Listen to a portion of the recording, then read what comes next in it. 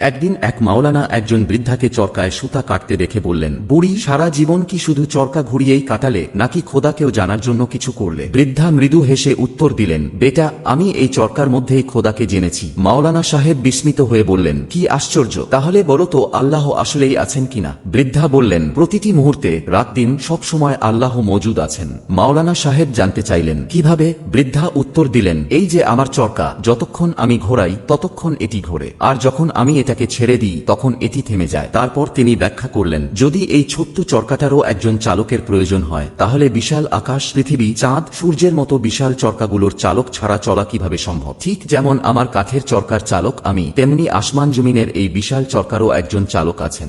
যতক্ষণ তিনি চালিয়ে রাখেন ততক্ষণ সবকিছু চলতে থাকে, আর যদি তিনি থামিয়ে দেন সবকিছু থেমে যাবে। কিন্তু আমি কখনো আকাশ, পৃথিবী, চাঁদ, সূর্যকে থেমে যেতে দেখিনি। তাই প্রমাণিত হয় এগুলোর চালক সবসময় মজুদ আছেন। মাওলানা সাহেব আরো জিজ্ঞাসা করলেন, আচ্ছা বলো তো, আসমান জমিনের চালক একজন নাকি একাধিক? বৃদ্ধা কণ্ঠে বললেন, একজনই। মাওলানা সাহেব বললেন, এর প্রমাণ কি? বৃদ্ধা তখন চরকা ধরে বুঝিয়ে বললেন, যখন আমি এই চরকাকে আমার ইচ্ছামতো চালাই তখন এটি সেভাবেই চলে, কিন্তু যদি একসঙ্গে দুইজন চালাতে চায় তাহলে কি এটা সঠিকভাবে চলবে? নিশ্চয়ই না। আসমান জমিনের বিশাল চরকাও একইভাবে একজন চালকের ইচ্ছাতেই চলে। মাওলানা সাহেব বৃদ্ধার বুদ্ধিমত্তায় মুগ্ধ হলেন এবং বললেন, বুড়ি, তুমি সত্যিই জ্ঞানী।